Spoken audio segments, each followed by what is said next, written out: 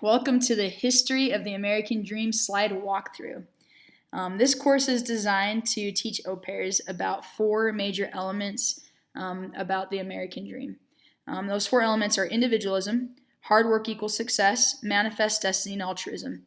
And our goal here is not necessarily to talk a ton about what those elements are, but to talk about where they came from. What are the origin stories of those elements of the American Dream? For this reason, we're going to give a ton of historical examples that play into each of those four elements. But we want to make it incredibly clear that you are not going to be asked to teach every single historical event. Instead, as you're listening to the walkthrough, we want you to think about which of the historical events are things that resonate with you, that you're passionate about, that you feel comfortable and excited teaching. And what's going to happen is you're going to make a copy of this slideshow and you're actually going to delete all the historical events that you are not going to use in your actual class. And we just suggest that you only pick 1 to 2 for each element so that you have time to cover all 4 of them. So again, within those 4 ideas, individualism, hard work equals success, manifest destiny, and altruism, we're going to give you 5 or 6 examples, historical events that tie into those, and you're only going to pick 1 or 2 to teach. So without further ado, we can start the walkthrough. This slide is to set the stage to create a really safe classroom climate because we're going to be talking about a lot of really unfortunate elements of American history. And we want students to analyze and discuss and to think about these things, but we don't want it to become critical or judgmental. We really want to focus on the idea of building empathy and understanding of where people come from and why people's past really shape how they behave later on in a country's history. And we also want to make sure that everybody feels really safe to share their thoughts and comments and that they'll be valued and recognized and that there won't be any negative or intolerant behavior throughout. So just kind of share the quote and talk about how we want to make sure that we maintain a lot of respect as we discuss American history and as we discuss each other's comments and ideas as we go through the class. This slide provides an overview of the goals and objectives of the class so that au pairs have a clear understanding of what we are hoping for them to get out of the class. So the first objective is for them to understand who and what influenced the American Dream and kind of that idea of origin story. The second is to have them kind of be thinking about their own country's history and culture and comparing and contrasting that to the United States history and culture. The third is a storyteller's power over how the story is told.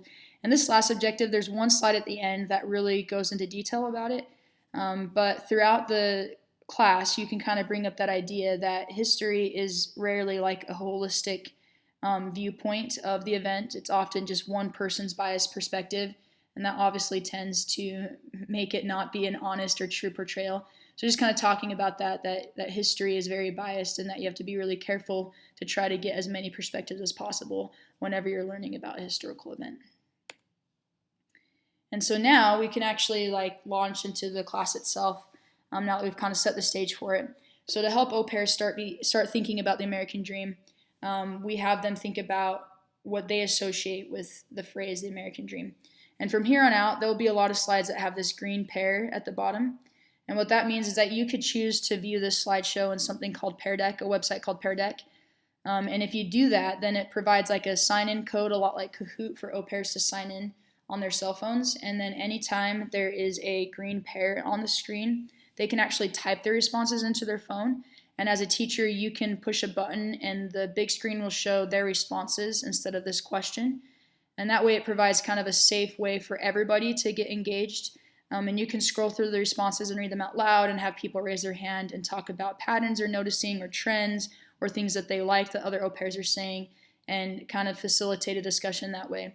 If you don't want to mess with a new way to use the slideshow, you can stick with good old-fashioned Google Slides and ignore the green pears and just have them have a class discussion or a small group discussion about the question associated with the slide. Now that we've introduced the idea of the American Dream and kind of given an overview of the class, we can start talking about each individual element. So we'll start with individualism, and every time we talk about a new element, we have a slide like this that has the icon associated with it, and then it has 2 phrases that they kind of think about and think if they have experienced that while in the United States. So for individualism, it's asking if they've heard people in the U.S. who have expressed distrust of the government or politicians, and also people who are obsessed with labels. What we mean by that are people who kind of try to put themselves in a unique box, quote unquote, like a subgroup or a subculture within the larger group of the community. And like they like to kind of belong to a certain thing. For example, saying that they're like a nerd or a geek, or that they're a skater or a jock, or that they're a political party that they associate with, or things like that. And you can like just have au pairs raise their hand or stand up if they've experienced Americans that have expressed those type of ideas, or you could have them stand on one side of the room if they have, on one side of the room if they haven't, or you could have them raise their hand and give specific examples of times they've experienced that. Whatever you want to do, but the point is that we want to have them make the connection between what they're experiencing in American culture right now and their interactions with Americans, and like where that cultural identity has come from, how the past has shaped what they're experiencing in America right now. And so once you kind of help them make that connection, you can actually start talking about the historical events that have shaped this idea of individualism. And before I flip this slide, just remember I'm going to show you 6 possible slides that you could use in your actual class. There are going to be 6 historical events, and out of those 6, you just want to think about 1 to 2 of them that you're really excited about teaching and passionate about teaching. So the first option that you could choose is the American Revolutionary War. When you click for the next transition to show up, it'll pull up a colonial flag down here. And each of the events will have a timeline like this with a little icon, kind of roughly where it happened, to kind of give au pairs a good idea of like when this was happening and how it fits into the big picture. Since we won't be giving them like a linear view of history, this kind of helps them not get too confused. So just kind of show that to them so they have an idea of when this happened. So if you choose to do this, you can watch the video. It's just like a minute or 2, and it just gives like a super brief overview of the war. The kind of things that we want to highlight when talking about it is we want to highlight things that show people who like distrust government and want a small government and like local decision making. And like to do that, you can talk about things like the 13 original colonies being very autonomous and having their own cultural identities. You can talk about how the reason that the United States chose to leave Britain was because they felt like this king was thousands of miles away and didn't really know what their lives day to day were like, and was imposing laws and practices that didn't make sense, that he wasn't listening to them, that he was abusing his power, that he was overtaxing them. You could talk about that even after the war, those 13 colonies had a hard time uniting into one country, and that it took several months and even years of discussing what that would look like, because people were distrustful of creating just like another big government that could become corrupt and mishandle its power. So that's like kind of an overview of what you could discuss with this slide. Another option is to talk about treatment of Native peoples. In their pre-assignment, they actually learn about the Trail of Tears briefly, and so the icon down here is associated with that specific event. These 3 pictures kind of show a beginning, middle, and current viewpoint of how Native peoples have been treated. We just want to talk about how, in general, minorities and specific Native peoples in this have been mistreated by the government, and how that has like led to increased distrust of how governments can become corrupt and mistreat people, and how that can bleed down into individuals mistreating certain groups of people. So over here we have early colonists handing out blankets that have smallpox on them to purposely kill Native people or weaken them. Right here we have a advertisement for the sale of Native people land and showing Native people displacement. And over here we have how so many sports mascots depict offensive and stereotypical ideas about Native peoples, and that even though they've been asked to stop, many sports teams have continued that practice. And so that's an overview of what you could talk about with this historical event to tie into individualism. And you can follow up with a question to help au pairs compare and contrast what they're hearing with their own home country. So you can ask them how Native people have been treated in their home country, and whether that's been positive or negative, and why they think that has been the case. The third option is the Civil War, and later on there's an opportunity to talk about slavery under Manifest Destiny. The big focus here is, you can talk about slavery, but the bigger focus here is how The southern states, kind of felt like there was a parallel between their situation and the American Revolutionary War, that they were kind of breaking off from a government that had become too big and had too much power, and was making too many decisions for the whole group that not everybody agreed with. And they viewed that as a breach of what they should be able to do, and how many Southerners still today kind of have that idea of the South will rise again, and that there's still, the Confederacy and things like that. And so, again, you can talk about slavery, and obviously that's like a very important element of the American Civil War, but we want to highlight the ideas that show distrust of government and feeling like the government should remain small. Another option that you could talk about is the Vietnam War. This video clip gives an idea of like how the war started and why America entered the war and its place there. And that's good to show them that and give them an overview of it, but we want to focus more on Americans and how they reacted to the war, how there were many draft dodgers, how there were protests, how vets coming home weren't respected and were mistreated.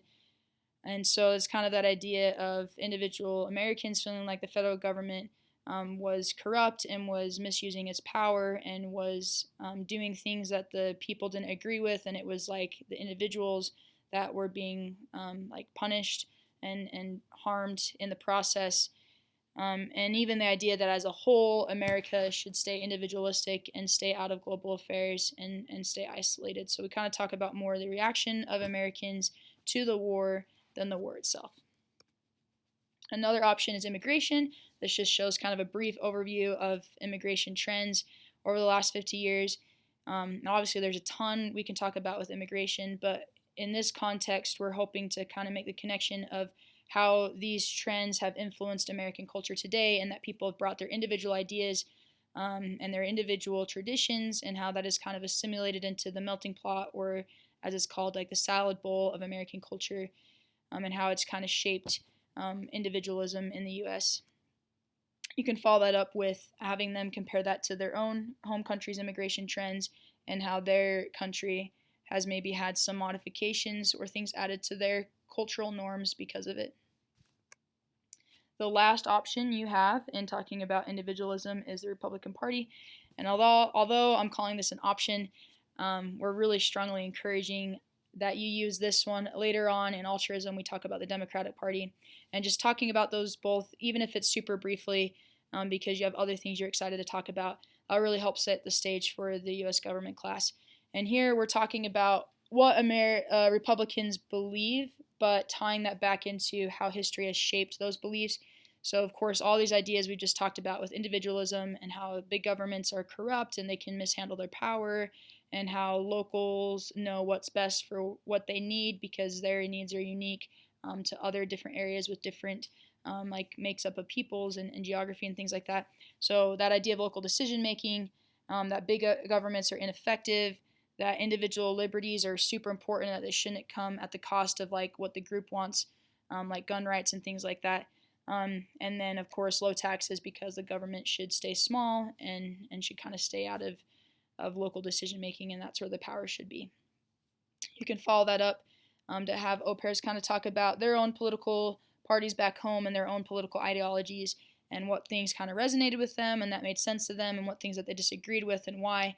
And this is where kind of that idea of setting the stage for like really calm and collected and respectful conversations come from, because again, like the fact that they agree or disagree is fine, but we want to more focus on like understanding why Republicans feel the way they do, and of course later on why Democrats feel the way they do, and how history has shaped those ideas. So those are the options you have for individualism. And again, think about the ones you're excited about and feel comfortable teaching as we move on to the next section of the class. All right, and here we are moving on with element number 2, hard work equals success.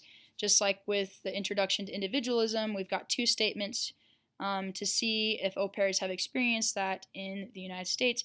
People who say that together we can do anything, and any sort of rag to riches fable or illusion that has been made. And again, you can have them raise their hand, you can have them stand up if they've experienced that, you can have them share specific examples of times they've experienced that. And once again, we're wanting them to make the connection between the American culture that they're experiencing right now today and how the past has shaped that. So your options for going over this is the civil rights movements. You can talk about current civil rights movements and you can talk about past civil rights movements.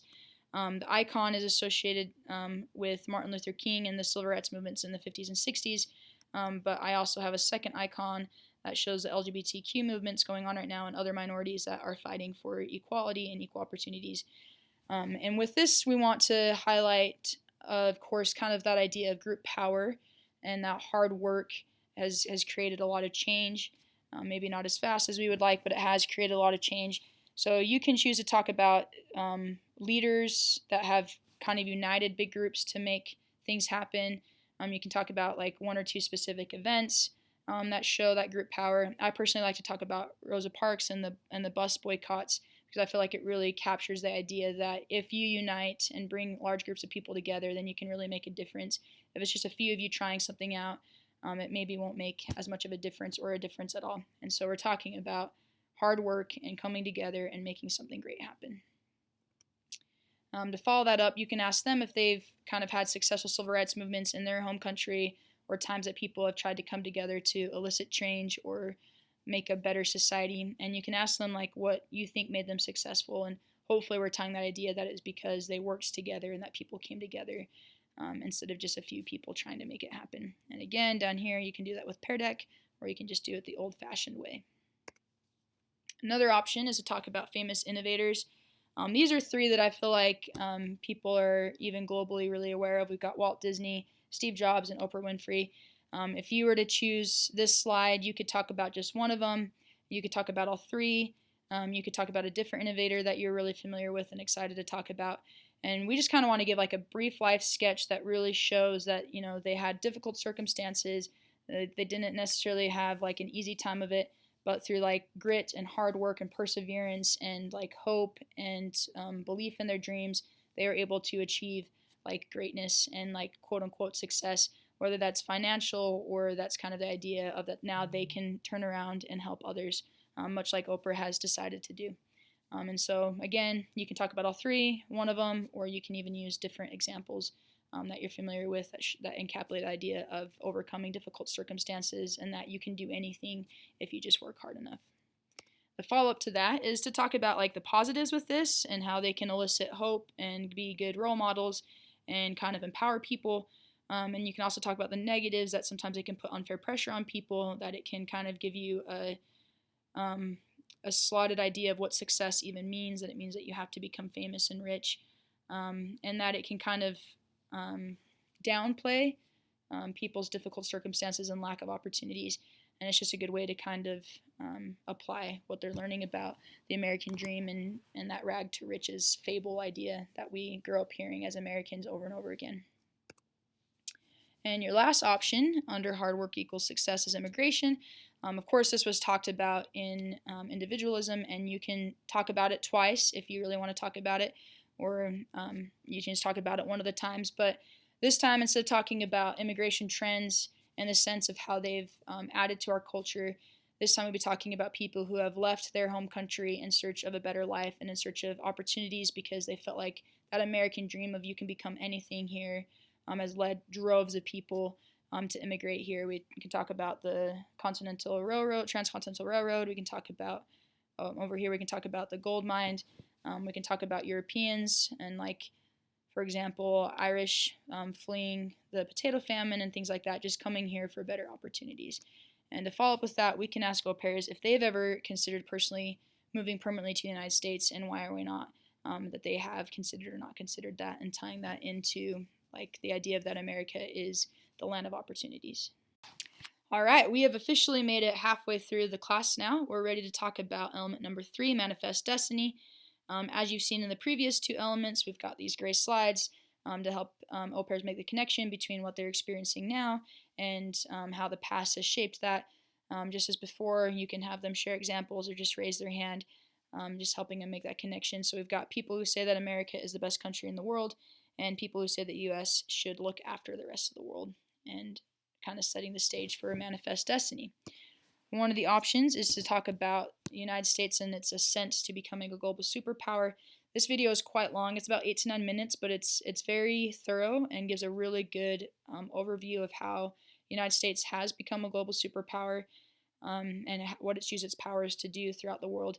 I really like this one personally because it kind of gives me a break as an instructor to kind of recollect my thoughts and kind of take a break for a minute. It also is just really good information, and I feel like this slide alone could kind of do the whole thing justice if you wanted to. But once you've watched the video, we want to have au pairs think deeply about if they think quote-unquote powerful countries with lots of resources have, first of all, a right to intervene globally, even if it's for their own benefit, if that's something that they've kind of earned the right, quote-unquote, to do.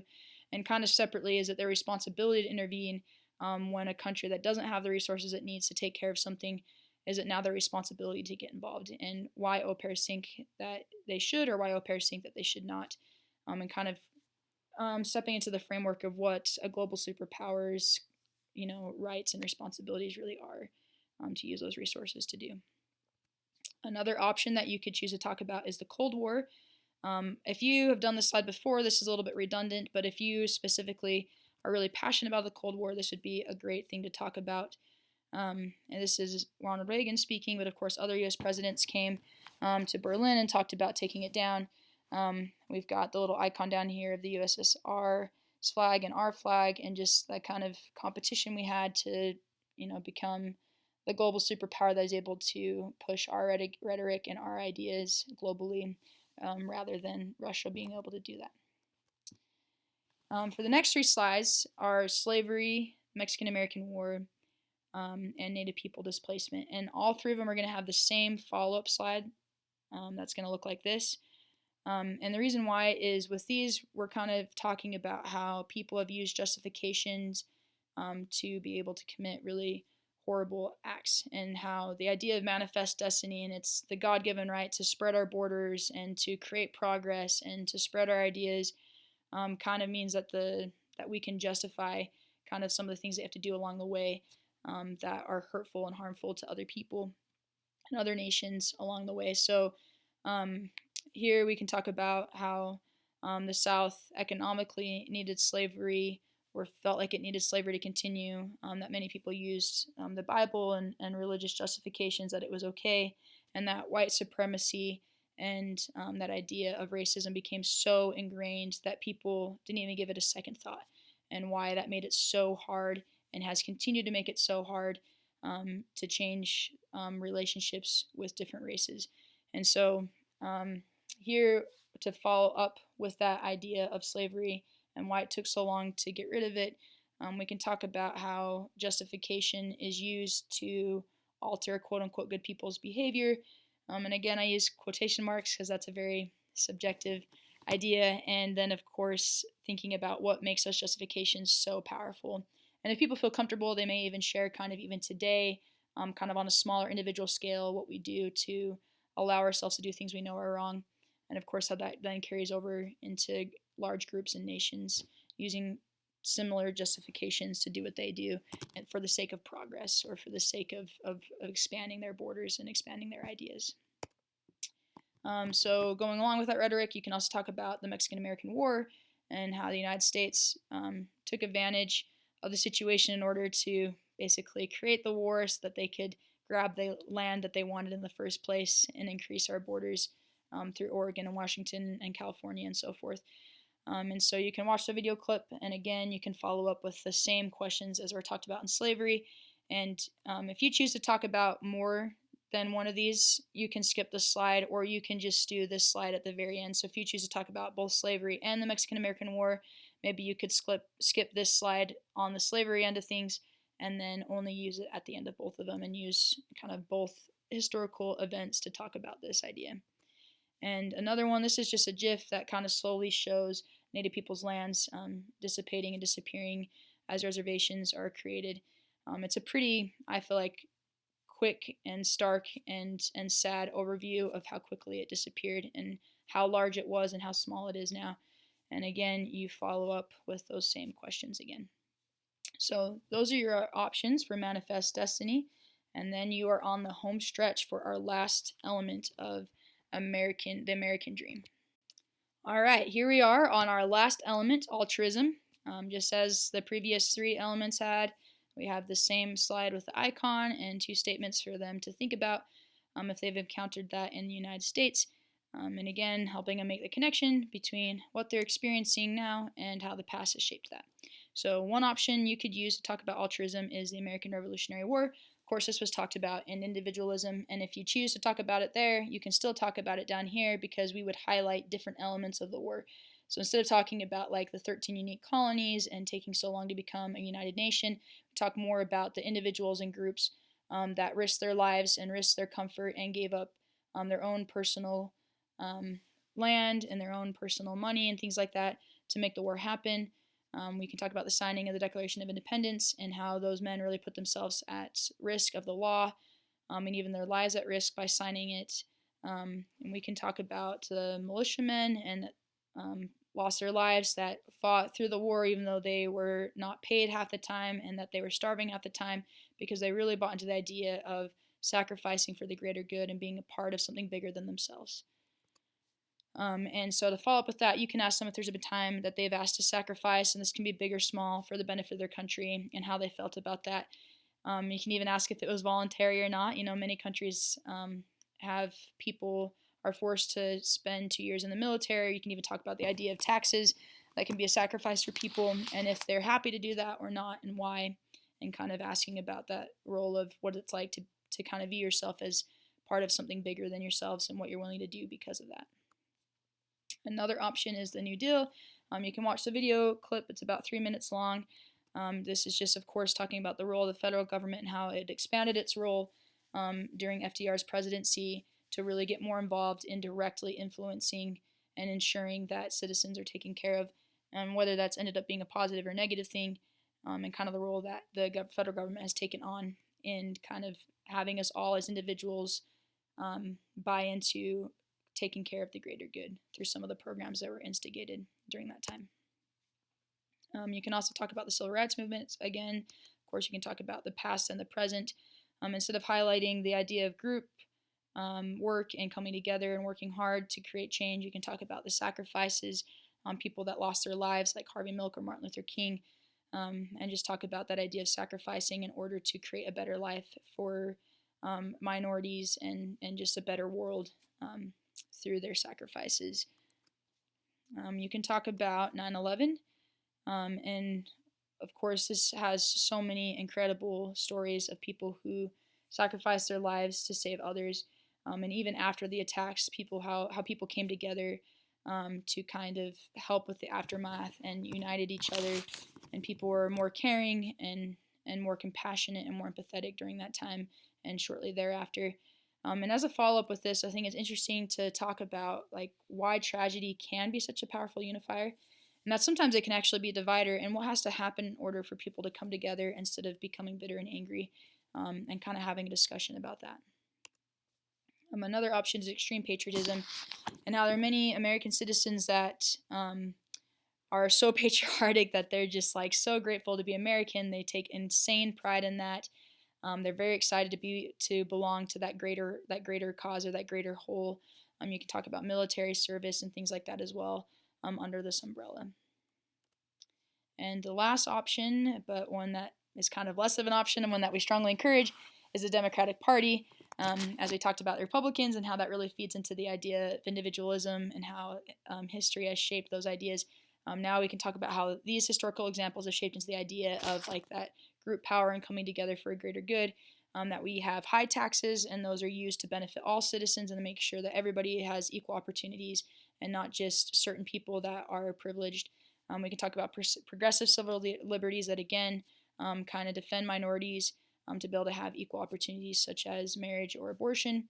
And then we have the idea that if we have a strong federal government, that those laws unite the country and bring people together and create a more cohesive whole and a stronger whole rather than having like a disjointed group of laws and policies.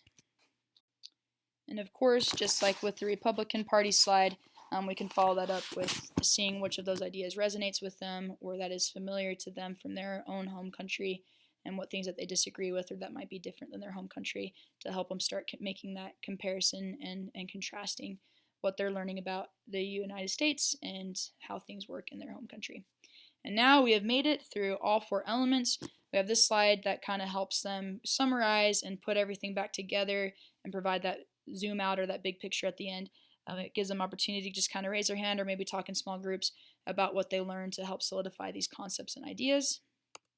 Once you're done with that, this is the slide that we talked about earlier on that talks about that third objective of the storyteller's power over what story is told.